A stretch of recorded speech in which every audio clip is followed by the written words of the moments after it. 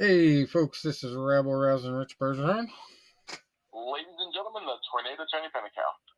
And Psychic Tom Badgett with his crystal ball ready to go. All right. And we've got plenty to talk about. I think this is a week we pretty much are required to start with boxing. The UFC fights were not that crazy. Actually, it was just PFL.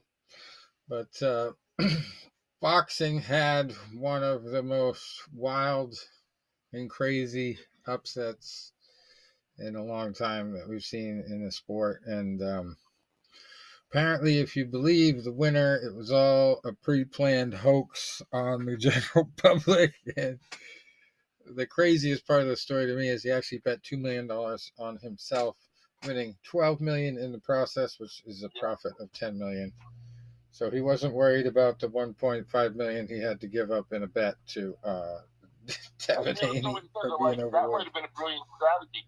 Give up the $1.5 million, but ensure that you're stronger when you get in there. You're not, weight drained. Yeah. Some other boxing professionals accused him of that before he came out and admitted that was his strategy. Played him like a fiddle. Saturday night, and Tom, I saw, your email. So my dad throws me under the bus. So my friend lives down the street, the one dog that we watch, he was having some family over to watch the fight.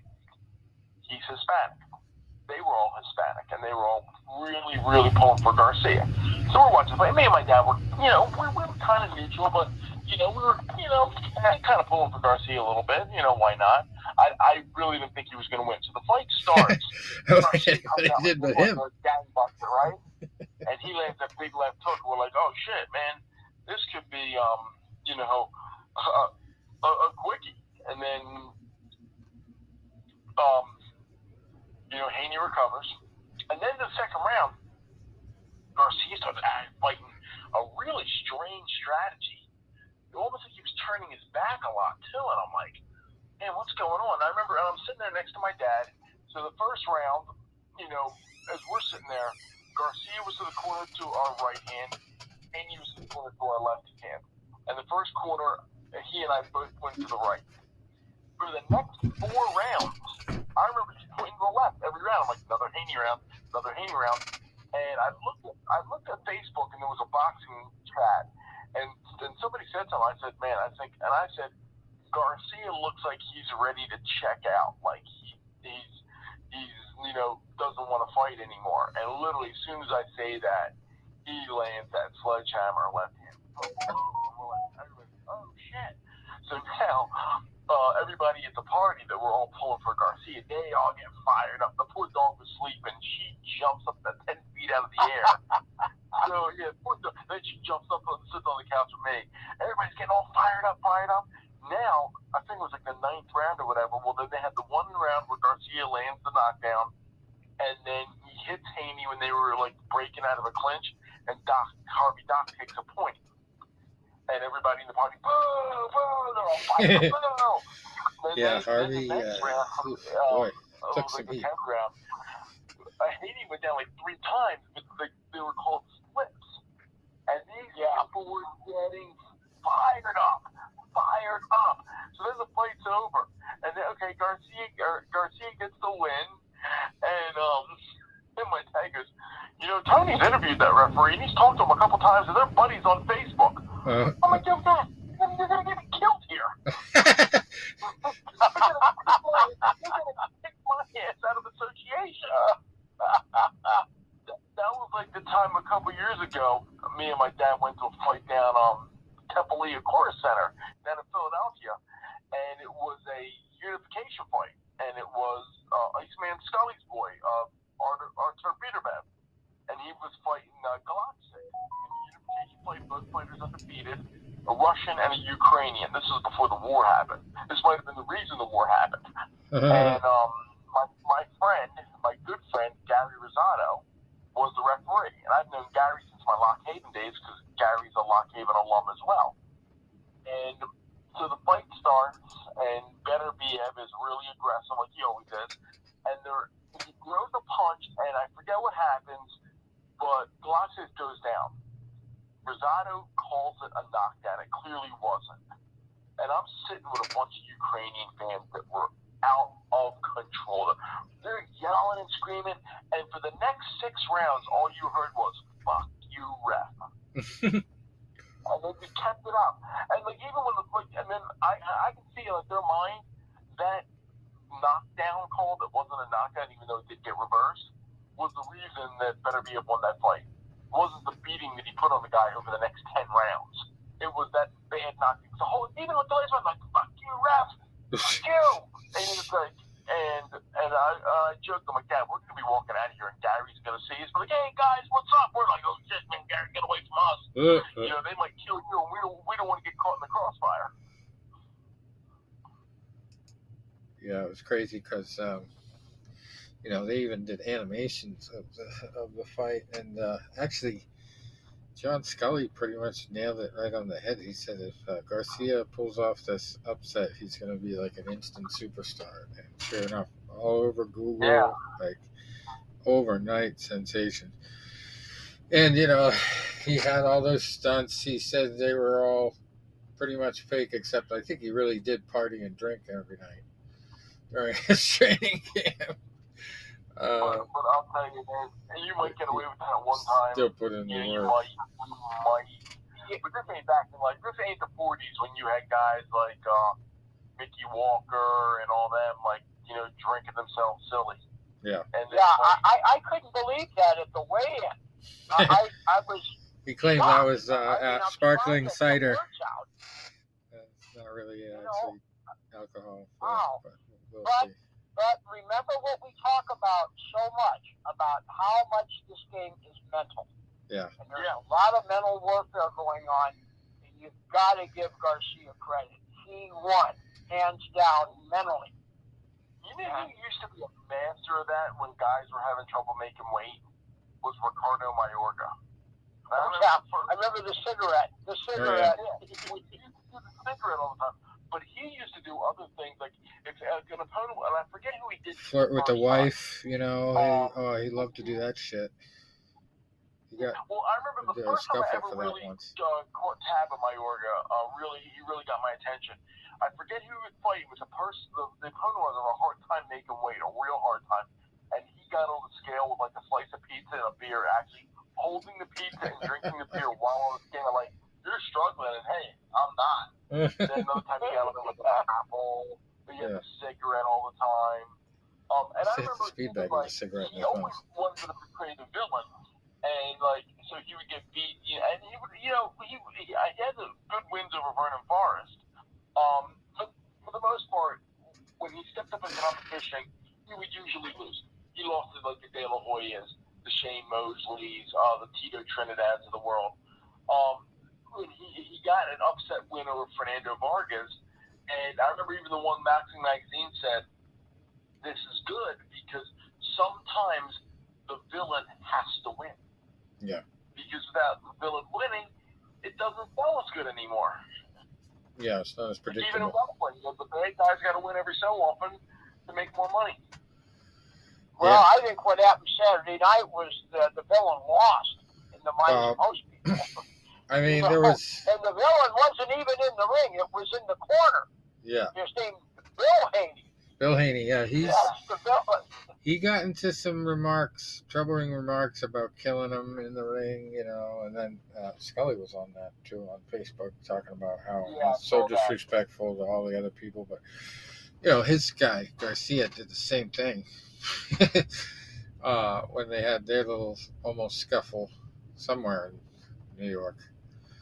Garcia was pushing him and stuff like that. And then leading up to the fight, I saw some videos that Haney made, and he was basically saying, I ain't going to let no white boy beat me ever. Like, you know, so he made it about race. You know, Garcia. And you know the funny thing is, you know who was taunting him at the when they were announcing the decision was Bernard Hopkins. Oh, really? Yeah. So, I mean, there was a lot of heat leading up to it. There was actually even a little controversy, even though they made fun of it mostly, about Devin Haney's footwear. Did Did you guys see his little booties that he had? It looked like you could go, get the newspaper in, but not much else. I said, who boxes in Uggs? I was like, what the hell is that shit? I said, who boxes in Uggs? Yeah, I don't know what he was thinking there. But I think it was limited. I mean, the least of his worries was his footwork. But I think he always kind of benefited from, the old idea that styles make fights. And he was always a little bit more conditioned than his opponents, a little bit more quicker to the trigger. And Garcia... And bigger. And Garcia said, fuck that, I'm going to take it to him, and I'm going to show him what, a better quality of opposition going through. I've been up there with bigger guys than this and beat them, so we're gonna take him to the deep waters. And I think he thought he was going to knock him out. You got to give Garcia credit for his right hand. I mean, he wasn't just a left hook guy. Yeah. I mean, that right hand was a weapon. Yeah. A definite weapon. Well, there was 3 knockdowns in the fight, and they went around social media very quickly. People were putting all those clips together like faster than I've ever seen. And well, after that last knockdown, when there was that look of shock, defeat, pain, I want to get that in my computer background. I'm sure there's a picture of it, and I want to put it there. Just Haney was close to not getting his footing for a couple of those, and Harvey Dock was taking some punishment for favoring him. Talk about he's maintained how he doesn't have favorite fighters, and he tries not to pick a side, but. Well, took a I'll point try away. to run him slack, as I mentioned to you guys in the email. Now, Garcia's punch was kind of blatant. Yeah. Oh, yeah. Even He though deserved it. He deserved the point. Yeah. Okay, I'll admit there was a lot of dirty shit going on before, but Garcia was just too blatant. Yeah. But with those double leg takedown failures, I guess Haney's just I'll just drop to my knees and he won't call it a knockdown. Something should have happened on that. And I'd never known Harvey to have a night off like that. Yeah, he took a lot of heat from the general public on that one, and I don't think it necessarily made a huge difference in the fight, but. It could have, though. Obviously, people were rooting enough for Haney because he was the favorite, and they didn't even fathom Garcia winning, that they wanted to blame it on somebody. Minus 800 before that fight. Did you guys notice that? No. Minus 800. And then Garcia was plus 600, and somehow it's like the gods make this stuff happen. Yeah. The boxing gods just Tonight I don't bet on the look underdog. like complete idiots. Yeah. Morons. And I mean, you just go through the early predictions, what other fighters said, what the experts said. It's wow. Yeah. I mean, minus 800. It's a majority decision, though, so it was a little closer than they made it look on the scorecards. Well, we don't need to get on the judges with the Irish guy fighter. We don't, Oh, that's wow. Oh, my God. Well, and in my childlike brain, I was thinking, okay, in Las Vegas, that the Golden Boy's going to get it, but maybe in New York, there could be a good decision. Well, this is boxing. You think how many decades do I need to see this, and I'm a slow learner. I still can't catch on. 10, what was it? 8 rounds to 2.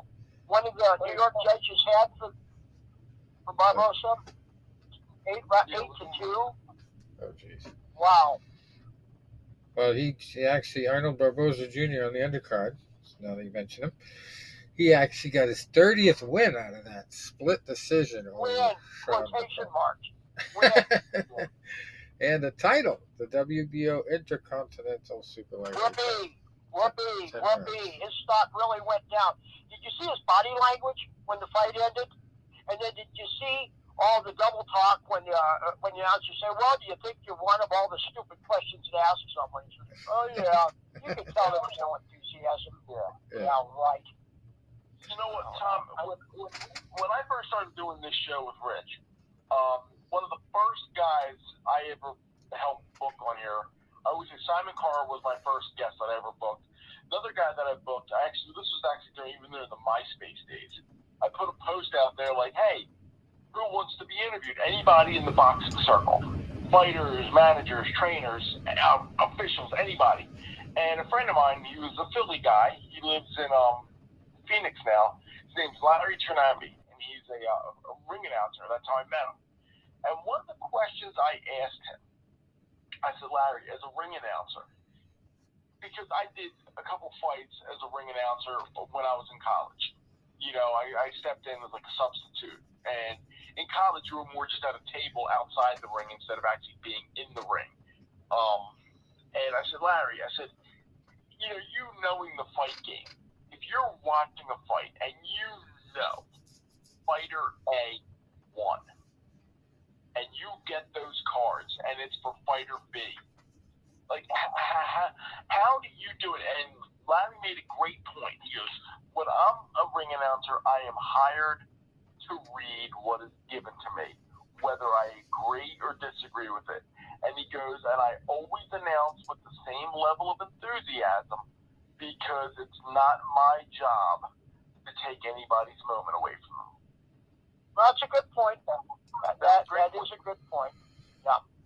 Can't argue with it. But I know. I was actually ring announcing a fight in I did my first ring announce show was 1998 in right outside of Philly, and then I was helping coach a guy who was I was actually kind of coaching him online to be a coach. I was helping him get his certification, and he was with Shippensburg, and so I got a certification, and he goes, "Hey, we're having our home show in a few weeks. Would you like to come and be a ring announcer?" I said, yeah. So I'll go up for it. So I went up, and I was actually co-ring announcer with a Ship alum who was a friend of mine. So we would alternate each fight. And the one fight I get was a Army versus Army versus Lock Haven.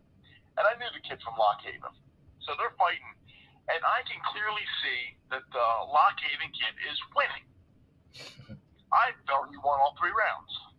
Yeah. And not by it because he was my alma mater, but I just, as a boxing guy, if you lost, I would tell you lost. I felt he won all 3 rounds. The cards get handed to me, and Tony Wolf was the referee. So Tony's in the ring with the 2 fighters, and their backs are facing me. And I look at the first card, because normally if it was a decision, they would give you the top card would have the winner on it. So even if it was a split, it would be the top card, and it would just say John Smith from Penn State, okay, or John Smith from Lock Haven. And it had the Army guy on the top card. I said, no way.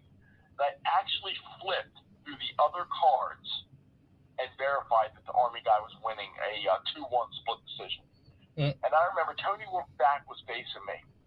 And this is long before I ever interviewed Larry. And I remember saying, "Ladies and gentlemen, your winner in bout number whatever, out of the blue corner from Army." And Tony Wolf turned around and looked at me like I mixed the call up. And I remember shaking my head no, or shaking my head yes, and pointing to the blue corner. And then Tony raised his hand. But years later, after talking to Larry, I'm like, I kind of ripped off that Army guy because I did not. I announced him as the winner, but in like a loser's voice. Like, you won, but you didn't win, boys. Like the winner out of the blue corner. By robbery. John Smith from Army, like, I mean, bullshit. By decision. Oh, well. Shit happens. Army deserved it. I never liked fighting those guys. I don't know. Annapolis guys were bad enough, but Army guys were always like short and stocky. Just get on the inside and mess you up. Well, then again, nobody I thought was ever short and stocky. Yeah. And if they did, I'd be like, well, what are you doing being short and stocky? That's Michael Jordan was the tallest guy I faced. But, on the lower weights, they were usually short and stocky. I saw a couple of my guys get fucking knocked right out at the regionals that were at BMI by the little Army guys. They had the lighter weight classes locked up back then. I fought Dave Adams from Army a couple times. He was tough. He was a really well-schooled, tall, lanky southpaw. Yeah. And he had real good footwork. He was hard to fight. He was real hard to fight. We did a sparring session against each other, and what he did, and I credit him on this, because then when we fought in the Nationals a few months later, and that's after I was doing all the weight cuts and everything, and when we were sparring, he would always take his lead hand, his right hand, and he'd hold it out, like almost like parrying with it. And he'd do it in like a circle, almost like hypnizing you. And that's what he did. He was trying to keep you off him by circling that right hand, like he was going to throw his left, And so then what I started doing was, as he was circling that right hand, I started dipping under it and coming up with my left hook.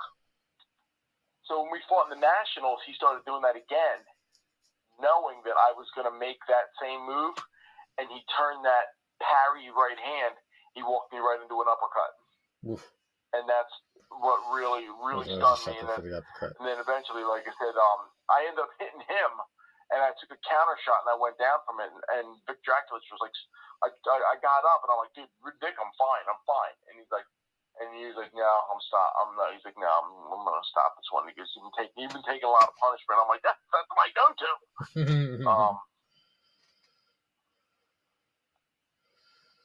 Yeah, tough. Yeah, Army, the service academies are always tough.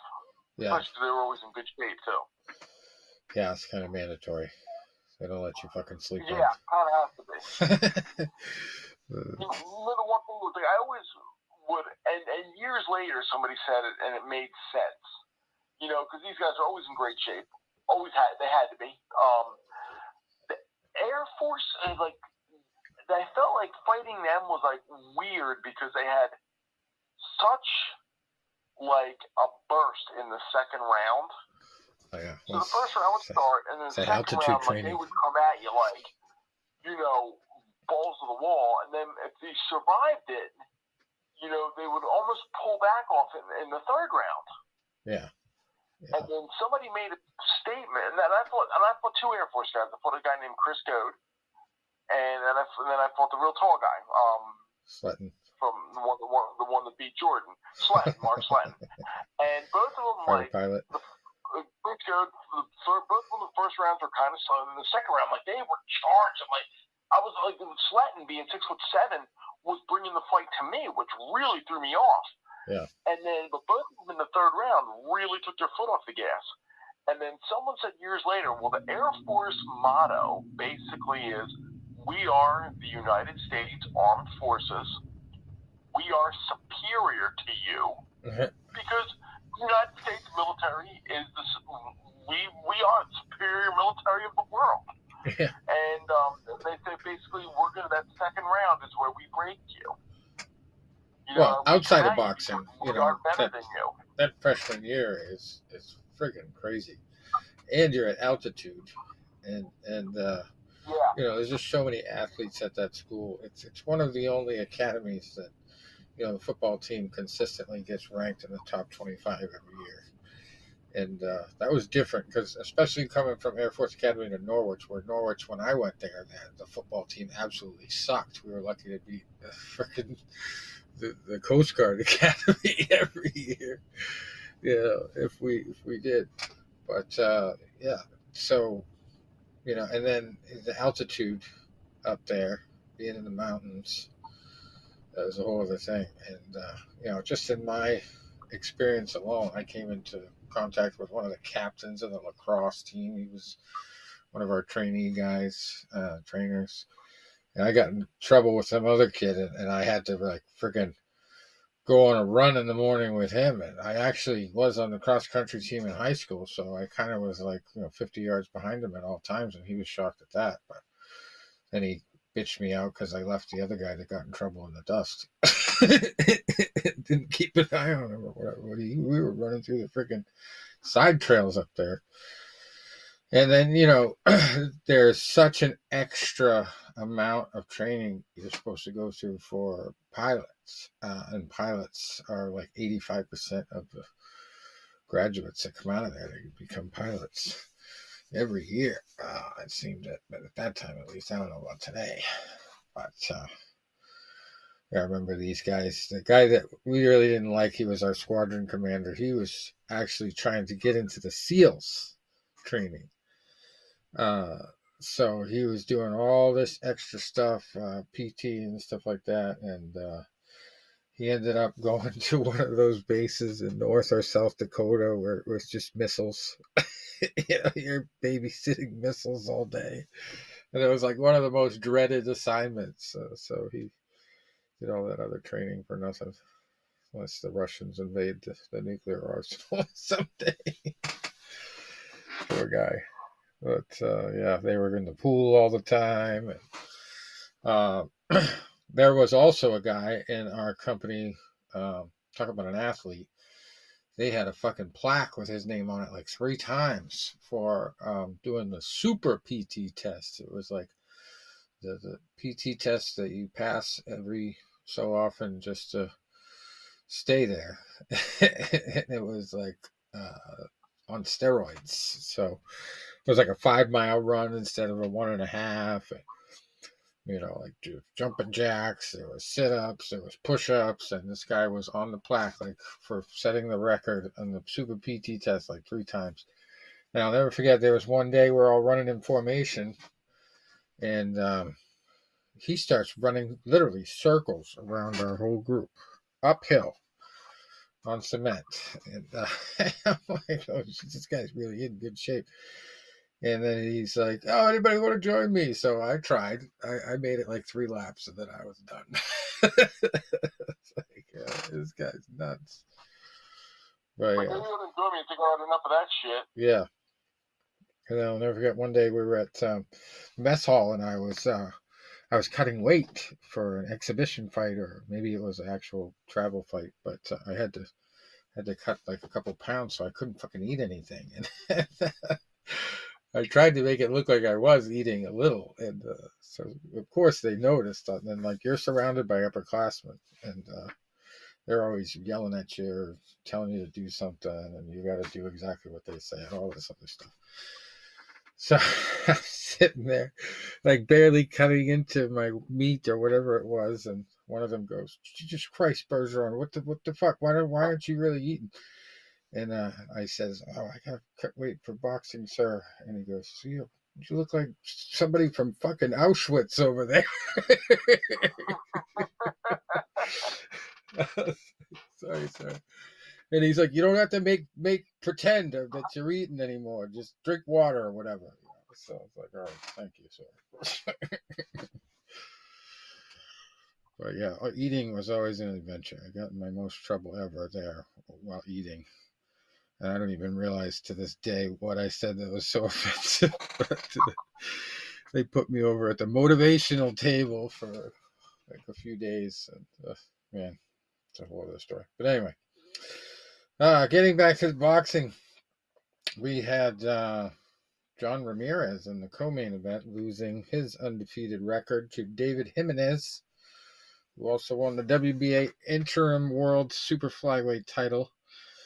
In that one, that went all 12 rounds, unanimous decision for Jimenez. And then the Barboza fight we already mentioned, that was for the WBO Intercontinental Super Lightweight title. And Sean Puffy McCombs, no, that's not his real name.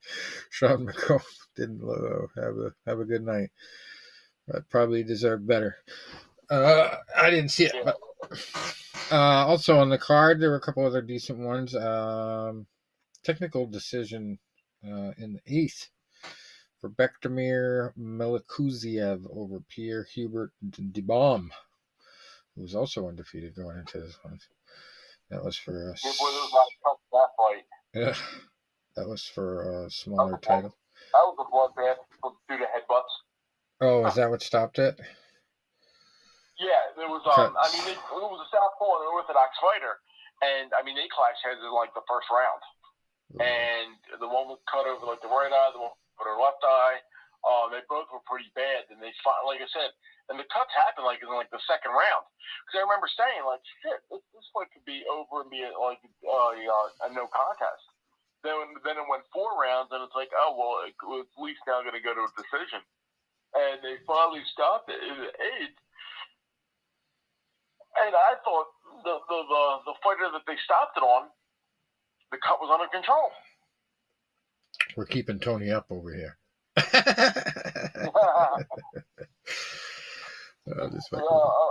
still adjusting to these early mornings when I don't do my training in the morning, but I'm doing some training in the evening, so at least I'm getting something in. Yeah. Yeah, no worries. But anyway, yeah. You guys want to hear something pretty cool? You know how like you know somebody from like 10 or so years ago, but you don't see him that often because we've been remote for so long, and I had been off site for even years before that. So you know, like you see a trivia question pop up on Facebook, and you know the answer, and when you're saying the answer, it triggers a memory. Okay. So our good friend Iceman Scully put a picture up today. Rich, I don't know if you saw it, but it was the last cook heard around the world, Frazier knocking Ali down. Right. And he goes, if someone tells you they're a boxing fan and you show them this photo and they can't tell you the fighters, the date, the location, and the trainers, then they ain't a boxing fan. Here's what it triggers in my memory. I answered the question, and I said, obviously, Frazier Ali won, super fight, or the fight, March 8th, 1971, Madison Square Garden, New York. Arthur McKinney was the referee. And then I said, wait a minute. I work with, and I've worked with her for years. I just saw her again for the first time a few weeks ago. The daughter-in-law of Yank Durham.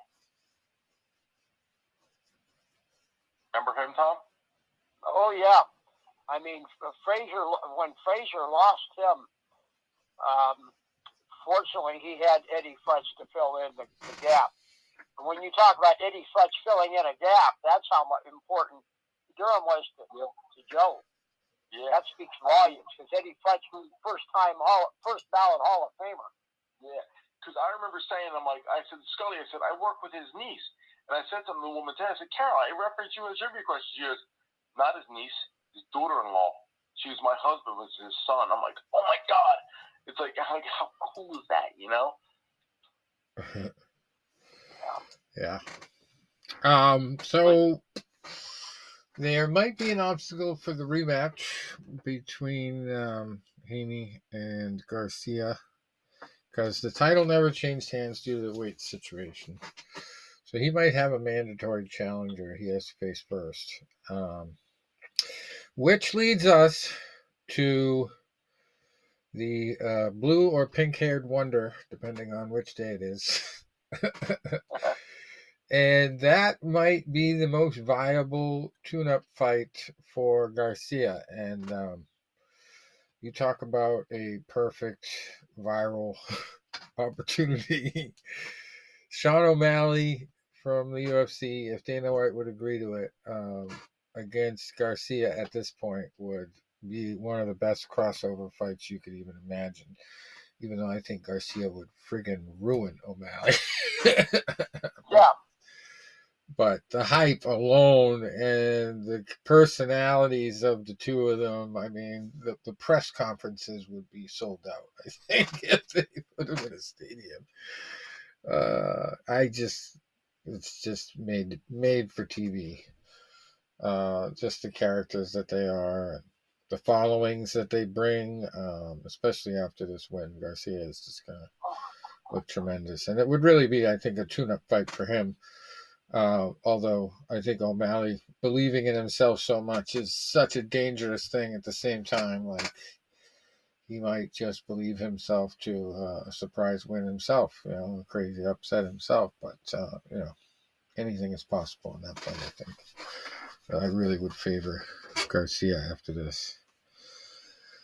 And there was actually one of my favorite clips that I've seen. Was not even part of the fight. It was after the fight. Eddie Hearn was in the hallway, the big promoter, worked billions. And friggin', what's his name? The father, Garcia's father, walks by. And Eddie Hearn starts, chirping a little at him. And so the father is like, fuck you, like 4 or 5 times. And then he actually circles back and starts talking after he's like trying to get him to pick another opponent for him or whatever. And he mentioned somebody, Jaron Ennis, I think. And right comes back Garcia, and he just starts, I'm sorry, I didn't mean to say that, I shouldn't have said that. I was like, oh, so soon he changes his tune. But that was just so funny. And it just goes to show you, like, when you're disrespected like that, it takes a while for that to rub off, and so for you to realize people are actually treating you seriously all of a sudden. Maybe you should be nicer. So that was kind of funny to see. And, they ended on a positive note. That was cool. So we'll see. I think that's a moneymaker. Dana White ought to do it as soon as possible. Sign it. Anyway. The only reason he wouldn't is probably going to tarnish his brand. And it's going to encourage too many other people to try to do the same thing. That's the big kicker on that. We'll never see it again, I don't think, after Conor pulled it off. Anyway, big fight this weekend on DAZN. Really the only huge fight. There's 2 on DAZN. One's over in Liverpool, but nothing spectacular there. But not a former guest of mine, but a guy I actually used to see. I think I saw him a couple times live when I was out in Vegas, because he used to always fight at the Cosmopolitan Casino when he was out there. But Brand says Barthélemy at super lightweight. Yeah. Tough test. He's facing Jose Carlos Ramirez, who's 28-1. I believe Barthélemy is the underdog, though, so I was thinking of putting a little bit of cashola on that one this weekend. And then the co-main event's pretty interesting, even though Thomas Dulorme now has a record of 26-6 with 1 draw. Maybe past his prime a little bit, but facing a guy who's undefeated and ranked number 2 at super welterweight, Virgil Ortiz Jr. So you're figuring that's a because Ortiz was out for a while. He had some type of illness. So I saw Virgil Ortiz in Vegas a couple years ago. He absolutely just bombarded Mauricio Herrera. Knocked him out in 3 rounds, just destroyed him. Ortiz, I know for a while he had, if not a perfect knockout record, I think he did. He might still. So you figured Thomas Dulorme was a good fighter. He challenged Terrence Crawford for the welterweight title, got stopped. Then he got just destroyed by Boots Ennis. So now he's going in there against Ortiz. This is going to be a fight that Ortiz should win, and win impressively, most likely relatively early. And then that puts Ortiz on the map for fights with guys like Ennis or possibly Errol Spence, if and when he comes back. Crawford's probably moving up to junior middleweight. So, but you still got some good welterweights out there that these fights can be made. Right. Well, what do you think about the welterweight division, though? Because I was reading an article that, go back 5 years ago, we had Thurman, Danny Garcia, Sean Porter. I mean, it was stacked. Now, I was looking at the top 10, and I didn't really recognize hardly anyone, with the exception of Boots. And, Crawford's still the champ, but he said he's moving up. So what do you, I mean, what do you think? You're always going to get good fighters at welterweight just because between welterweight and middleweight, you'll always get good fighters because you're going to get that perfect blend of speed and power. You're right, because right now, Errol Spence, we haven't seen him since he took that terrible beating. You got Crawford moving up. You got Boots Ennis is going to be the future right now. I mean, I'm not saying there aren't good fighters in the top 10, but there aren't names. I mean, exciting fights. And that's where 140 is a little more action. But, like Garcia talking about moving up, because you can't make 140 maybe anymore. But aside from Boots, I don't he also called Tank out. But Ted told Tank he'd have to move up too. So he's not fighting him again at 140. I'll tell you what the shame is a guy like Boots, him and Crawford would be a tremendous fight. But it's going to be, and what's going to happen is Crawford, I think they will fight, but it might not be till they're both at 154, because, and you hope it happens before, Crawford gets older. Boots is a younger guy, so he, would appear to have, a longer shelf life, being a younger guy. But that would be such a good fight. And then the thing is, right now, as much as we know Boots, he doesn't have the name that a guy like Errol Spence had. Where Crawford and Spence really sold. Boots, I don't think, has that notoriety yet, and I think he will get it if they showcase him right. And if they do showcase him right, that could be a major fight.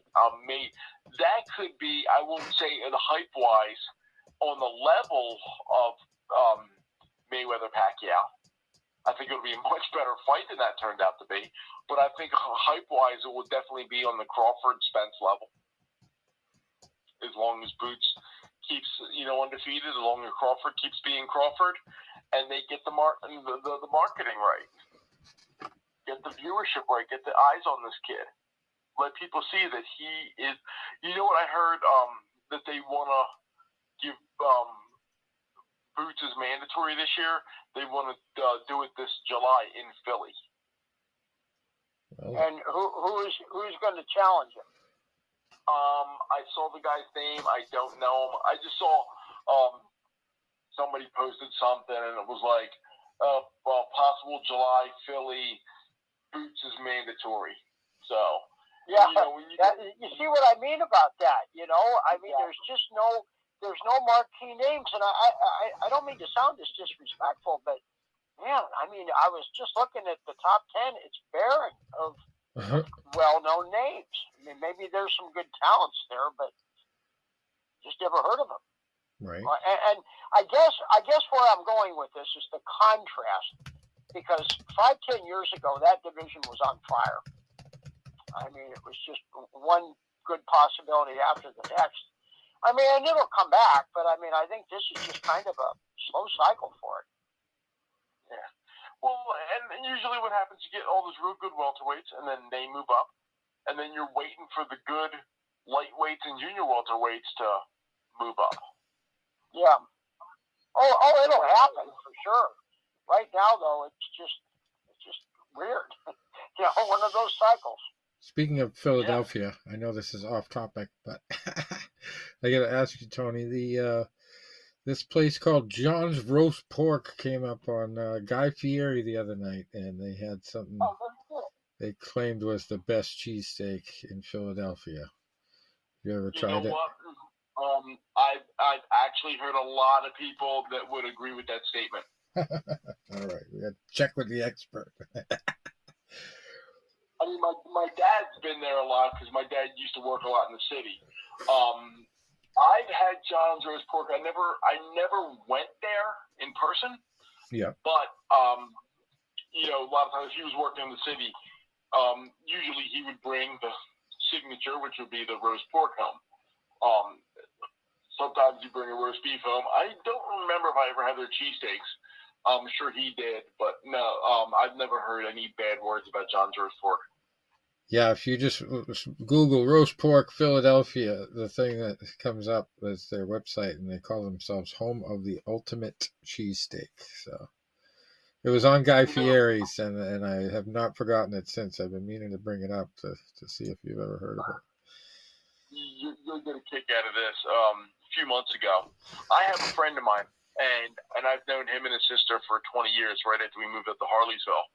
And Italian guy, and hell of a nice kid, and a few years younger than me, and he calls himself the godfather of meat. And he's a heavy set guy, and he goes to places, and he kind of does what Dave Portnoy does. Oh, he rates and stuff, he rates places, except this guy Mike is much nicer, much less controversial, and so even last year he went down to one place in South Philly, and he had one of the Eagles players with him, and he was teaching them how to make a cheesesteak. Yeah. And then, so the one day we got my dad in the hospital, at the surgery center. He's about to go in. They're getting him all prepped up. And as I'm waiting for them, I took a break from work. I had my laptop with me. I took a break. And I go in there, and I'm like, I look up on TV, and there's this kid, Mike. And he was ranking the top 5 pizzas in the Philadelphia and suburban area. I'm like, oh, shit, I really want to see that. Uh-huh. So he's talking about number 5. Great. He's talking about number 4. Okay, yeah, I know that place.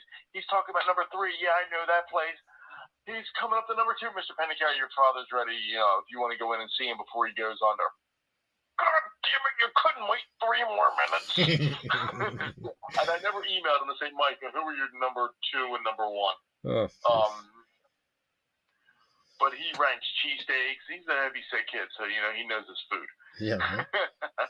Yeah, like the guy on Man vs. Food, the original host of that, he was always a big dude, and he had to do all the food challenges, so I think he had to quit that job to lose weight. Yeah. I'm going to go on a diet. No, we need you to rank the top 10 pizzas in the state. So to rank the top 10, that means you got to eat like 200. Yeah. I could never do it. I could, but I would never exercise again. Anyway. All right. So we got to switch gears, go to MMA a little bit. There was not much action last week. I didn't even see any of it. It was all on the 19th last week in Chicago. Professional Fighters League, PFL 3, third event of the 2024 regular season. And pretty interesting main event at welterweight. Magomed. You never ever bet against a Magomed or a Magomedov, in my experience. They always win. I don't know what it is, but they're all from the stands, as Tom says. Magomed Umalatov this time stayed undefeated, 16-0 now, beating a really, really tough Andrei Koreshkov. That was a unanimous decision win. So he moves up in the tournament there. And then Brendan Loughnane in the co-main event made quick work of Pedro Carvalho. First round TKO, 1 minute, 26 seconds into their fight. And Logan Storley, veteran of the sport, got also TKO'd pretty quickly into the second round this time. But Shamil Musayev pulling the trigger there at welterweight and getting that win. And then before that, another knockout. 3 knockouts in a row. How about that? Gabriel Braga at featherweight with 1 second left in the first round, beating Justin Gonzalez at featherweight. So that's big points for those guys in the tournament. And then we had Neiman Gracie taking another loss, this one by unanimous decision from Goiti Yamauchi. And Kai Kamaka. You know, it's got to be tough with that name. Oh, yeah. Because you've got so much pressure to keep the tradition going. But the game is, because I watched that fight. And Neiman had okay stand-up, but the other, his opponent did not want to go to the ground with him, and he was able to keep him standing. And it's just the evolution of the sport. And naturally, like, everybody has learned, even though they don't always master them, everybody has learned the defenses to all these chokes and everything like that. And actually, if I had to pick one choke that still works more than anything else, it had to be the rear naked. I mean, yeah, but you don't see arm bars. You don't see arm bars from the guard. Not as much. Nope. You don't see triangle chokes even a lot. You don't see triangles. You don't see key locks. You don't see hardly any leg locks. I mean, the game has really changed so much. And you can imagine, if you're born into that family, from the time you're 5 years old, you're taught, this is the way we fight. Yeah. And it always worked until right now it's still important, but it ain't no lock on winning. Well, on the bright side, all he has to do is say that he's, a Gracie family member, and he's fought in professional MMA, and he can train for the rest of his life and make money. Oh, yeah. So there's that side of it. And then Bubba had a big loss in the 7th fight of the night. Bubba Jenkins losing to Kai Kamaka III at featherweight. Unanimous decision.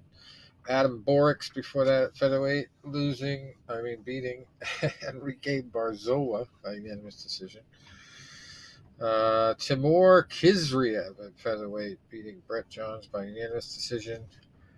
Catchweight, 176 pounds, this fight ended in a rear naked choke, just as I was talking about. That was in the first round, 4 minutes and 6 seconds in. Murad Ramazanov got the win over Loriano Staropoli. The third fight of the night, Don Madge getting a win over Brennan Ward, also rear naked choke submission in the very first round, 1 minute and 2 seconds in that time. And then Tyler Diamond, sharp against Otto Rodriguez with a unanimous decision. First fight, Thad Jean beating Romain Debian by knockout in the first round. Welterweight contest there, 2 minutes and 7 seconds into their fight.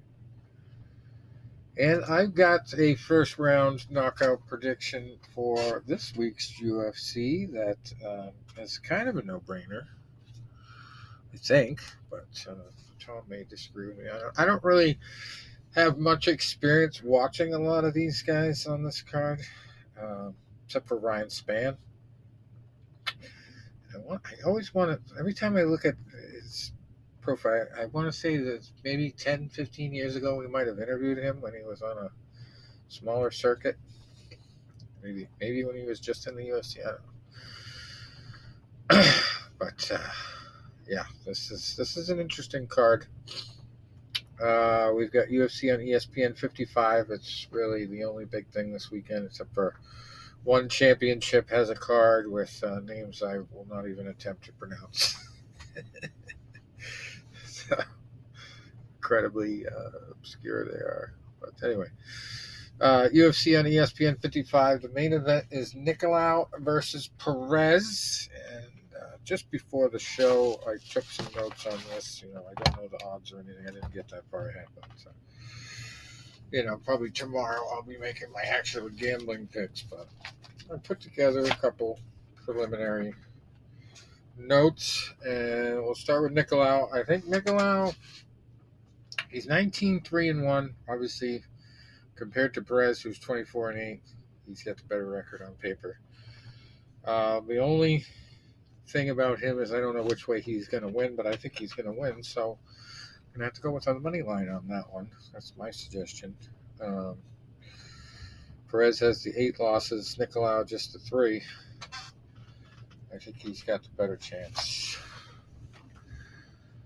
Let's click on Perez for a second. Other reason is Perez has lost his last 3 fights in a row.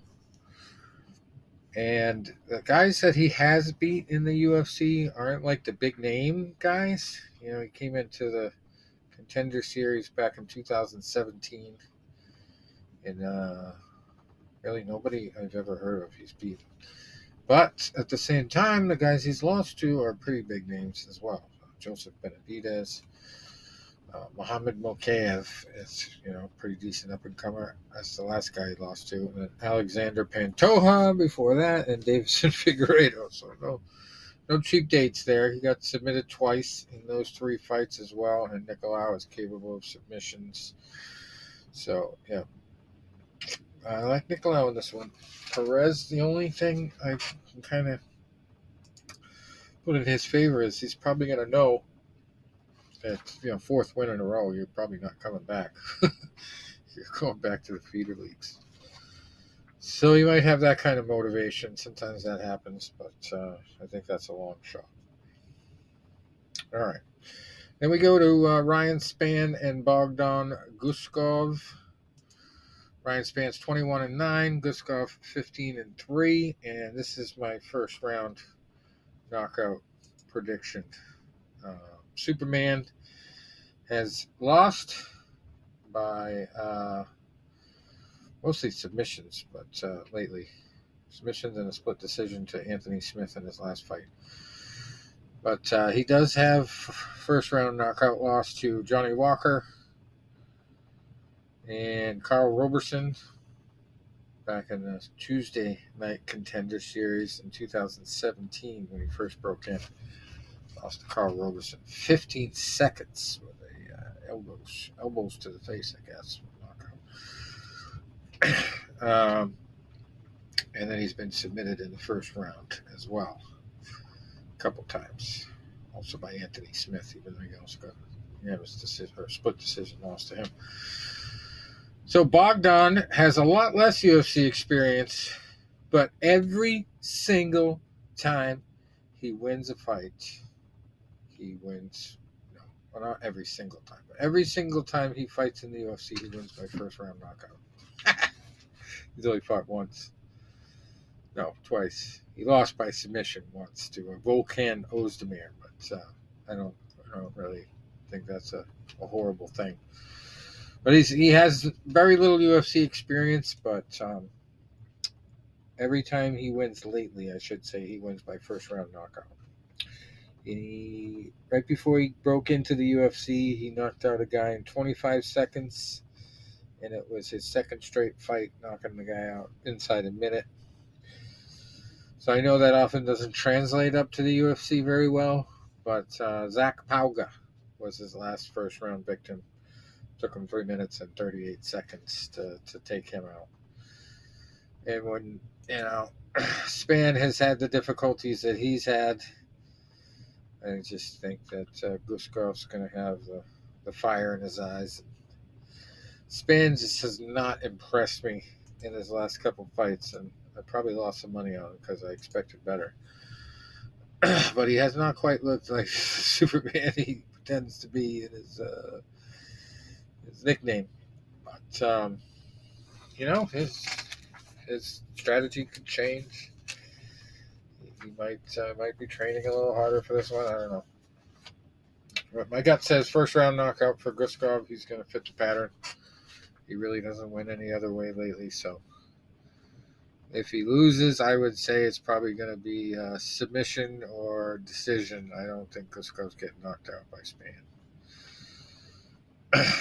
So it is what it is. I guess, obviously with the experience that Spann has, he should be favored, even with 2 losses in a row. But Guskov is just the real deal, I think. He just had a little hiccup with the other Russian. Yes, I think he's from Russia. No, Uzbekistan. Volkan Ozdemir. Where's he from? Oh, he's from Switzerland. They got him all fucked up.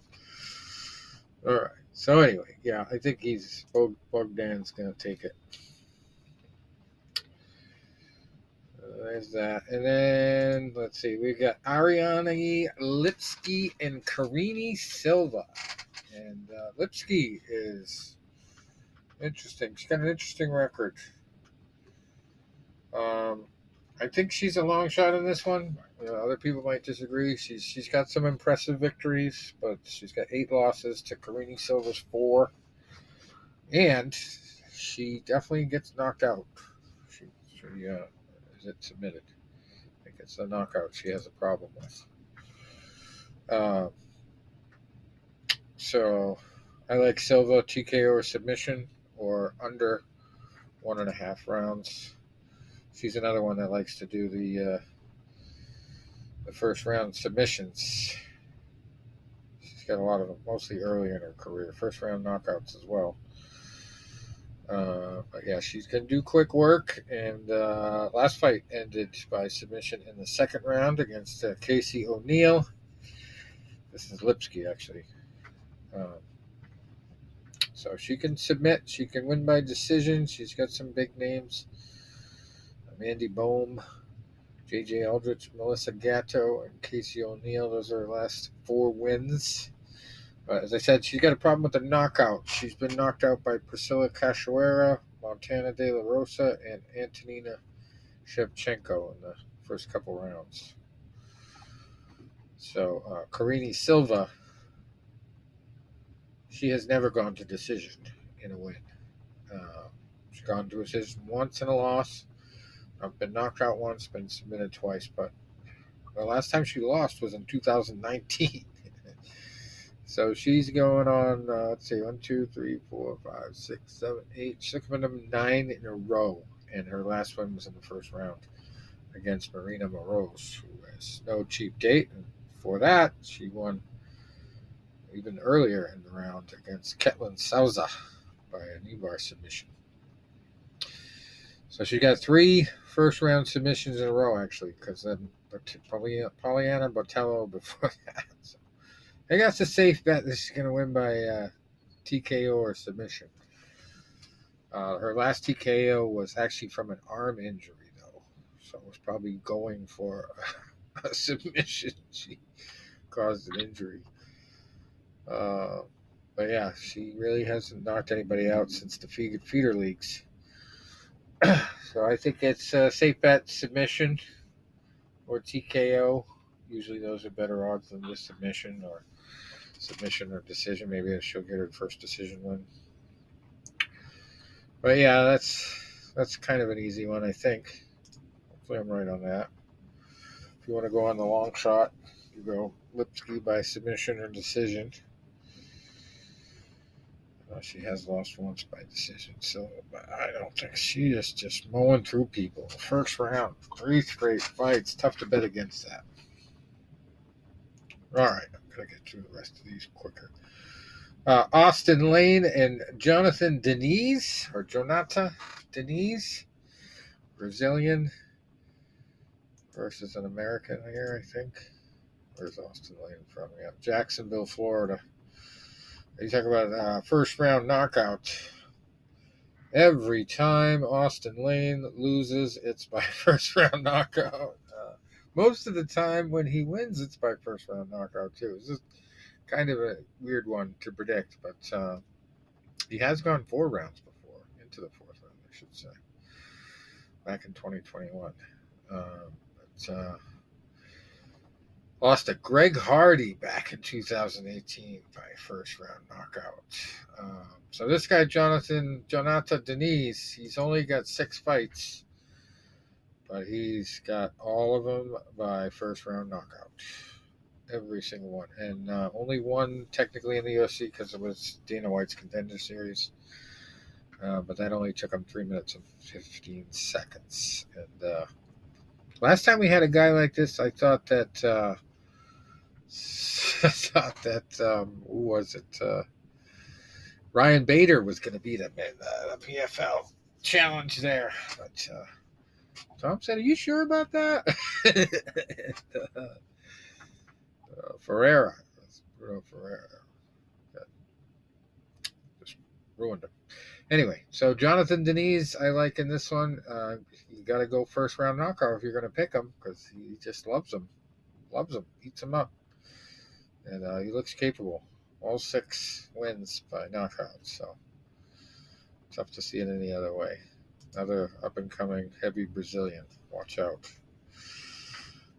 Watch out. And then we have Jonathan Pierce and David Onama.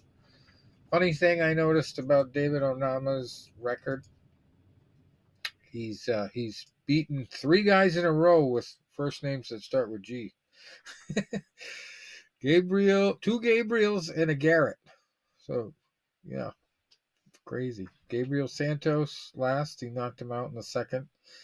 Garrett Armfield before that in 2022, and then Gabriel before that also in 2022. So maybe Jonathan Pierce is safe because his name starts with a J. But Jonathan, he's a very well-rounded fighter. He's coming off a loss to Joe Anderson Brito by something called a ninja choke, which I don't think I've ever seen. I don't think I saw that fight. Or maybe I did. That was Allen versus Craig. Must have seen that fight. Or maybe I missed it. I don't know. But before that, Jonathan Pierce was mowing through some very big names. Kai Kamaka III, we just mentioned. TKO'd him in the second. Omar Morales rear naked choked him in the second. Christian Rodriguez, unanimous decision. Makwan Amirkhani TKO'd back in 2022. And then Darren the Damage Elkins took him to unanimous decision in December of 2022. And then just last November, he had the first loss in that streak. And guess who he lost to before that? Breaking up another streak from the feeder leagues into Dana White's Contender Series. Some guy named Joe Zahn took him out in the first round in 2019. 1 minute and 33 seconds. Other than that, he just had 3 straight losses in the very preliminary feeder leagues. And only 2 losses since 2017. So I like Pierce in this one. Onama has tasted defeat more recently, or at least a couple losses more recently, whereas Pierce just had the one hiccup in his last fight. I think he's going to learn from it.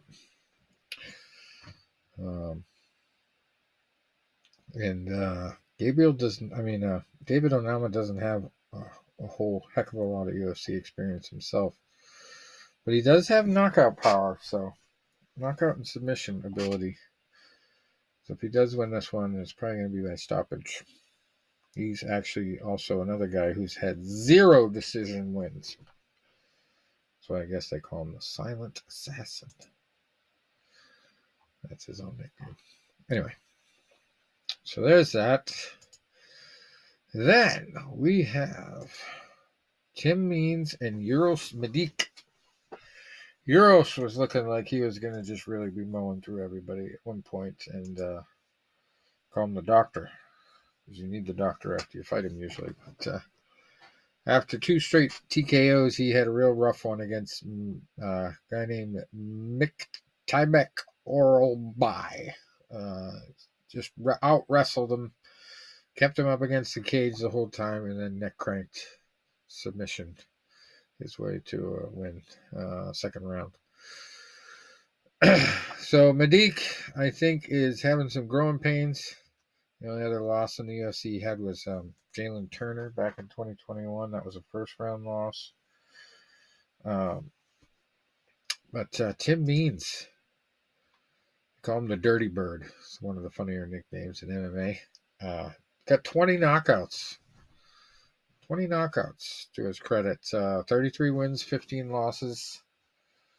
He's a real sucker for the submission. 7 of those losses by submission, 6 by decision. He did lose 3 in a row between June of 2022 and May of 2023. 2 of them by submission, 1 by split decision. But he's coming off a win against Andre Fiallo, and he's fought some of the bigger names in the sport. And he's got some wins against some impressive guys. And Medique, I don't think is really at his level yet. I think this is at least going to be a unanimous decision for Tim Means. I don't think Medique's got the knockout power to put him out. I think he's seen all that and knows how to defeat it at this point. I think Tim's going to put the strategy together to win that one. Could be wrong. Medique might be trying to get out of that fight early. He knows Tim Means can go to a decision easily. All right. Then we got Ronnie Yaya and Victor Henry. Victor Henry's recent claim to fame is having to back out of a fight due to a vicious nut shot. Poor guy. Took a brutal shot, kick, I think, to the midsection that ended his last fight. No contest, I think it was. Victor Henry, 23-6 coming in at bantamweight. He's facing Ronnie Yaya, 28-11-1.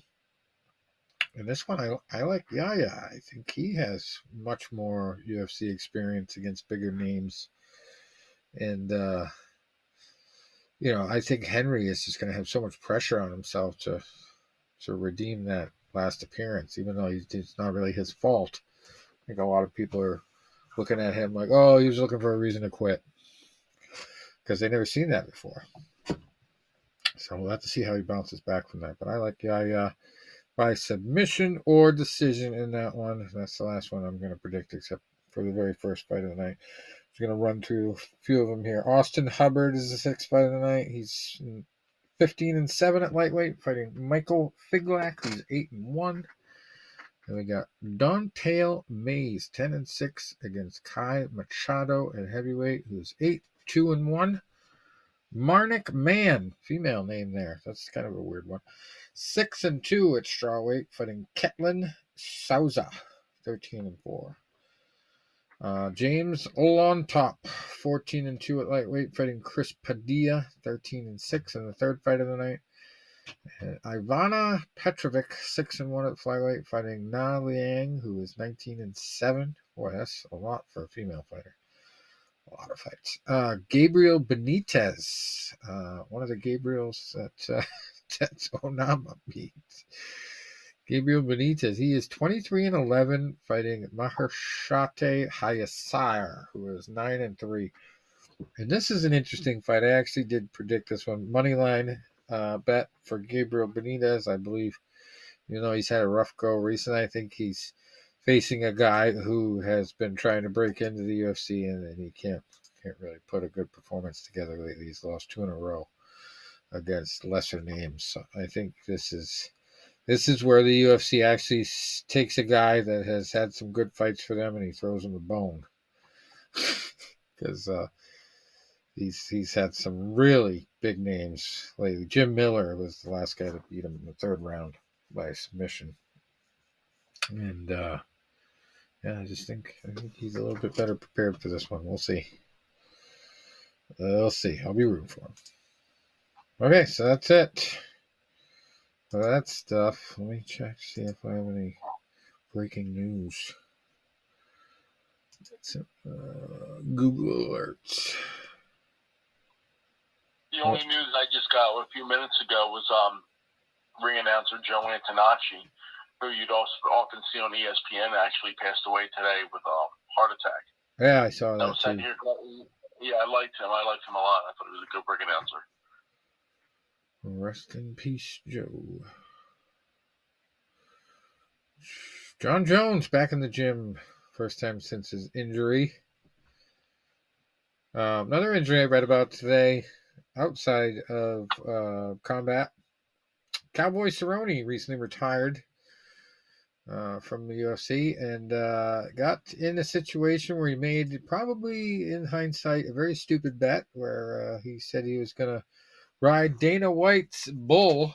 It's kind of funny. Ties back to the Giants situation. Back in the days when Giants was a sponsor of the UFC, the Professional Bull Riders was Giants' other sponsor. They sponsored the Professional Bull Riders too. That was the other sport, really, that they worked with at the time. So Dana White, being friends with the guy that started Giants, and more so that guy's wife, Dana went to high school with her. So he developed a relationship with the professional bull riders and ended up buying his own bull.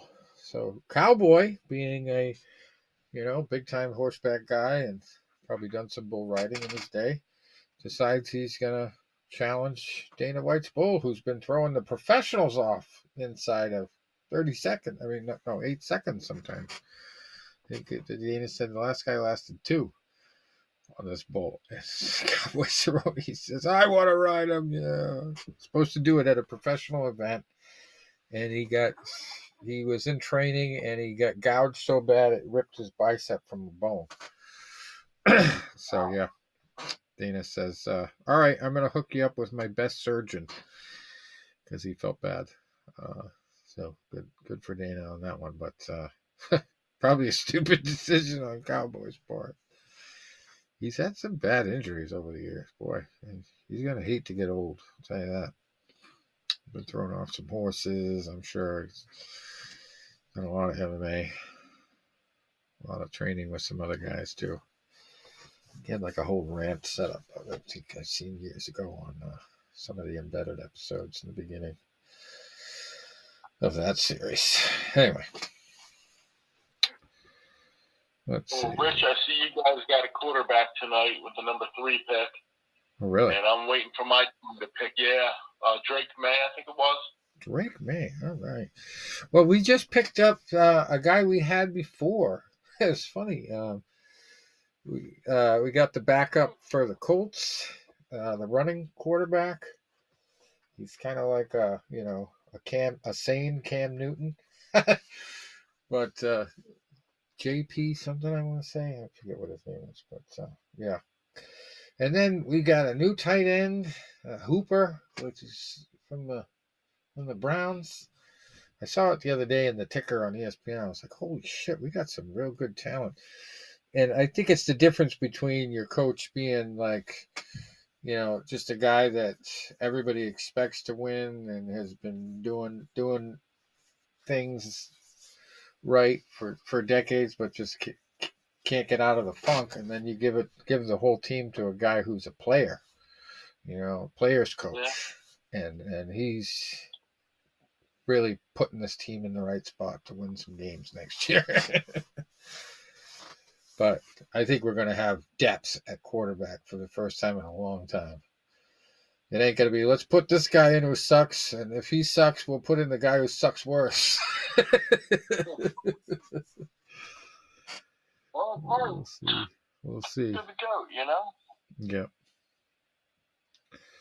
Oh. Now, right now the Steelers are on the clock, and it goes to a commercial right now.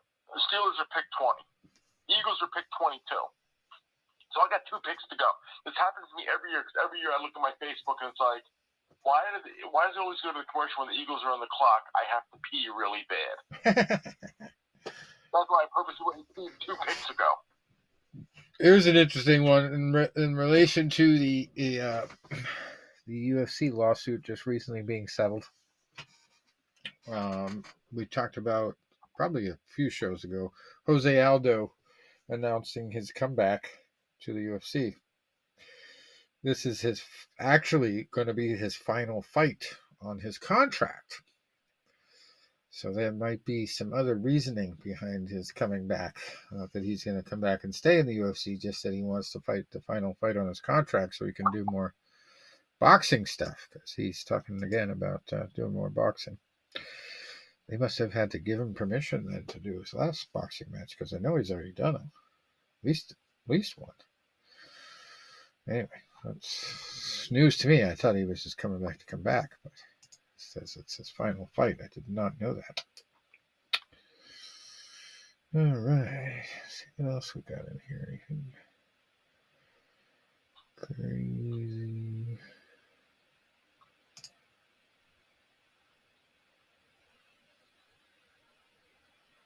Not UFC or combat related, but did you guys hear about this new deal? Caitlin Clark got $28 million before she plays a professional game.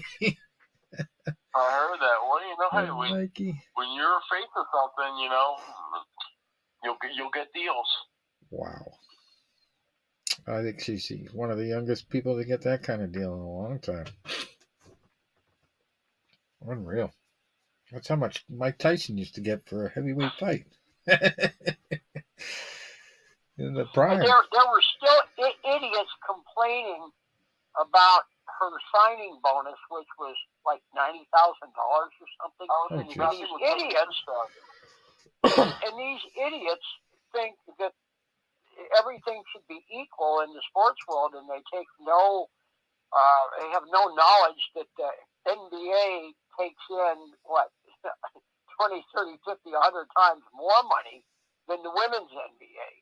And I just found that fascinating. I mean, the level of economic ignorance. It's all about what happens. Now, maybe the women's NBA will draw more, but as of now, it's a fraction from what I know. Yeah. All right. Oh, the other news. I'm get ready to watch the last little bit of this draft, so. Yeah, I have one other bit of news I wanted to mention that the UFC is going back to the UK, but they're having their start times at like US times. So UK time, the main event is going to start at 3 a.m. Great. Wow. And apparently the British fans are pissed. Yeah. Because, they're the ones that are going to it in person. Like, who cares what time fucking we see it over here? Like, they could have done that better. I don't care if I have to watch a fight at 1 o'clock in the afternoon. I don't get it why they would do it that way, but maybe it's the networks that are covering it. It's something to do with that, but they're sticking to it. So that's all we got this week. Till next week. All right, guys. We didn't think we'd have that much to talk about, but boy, did we. Adios.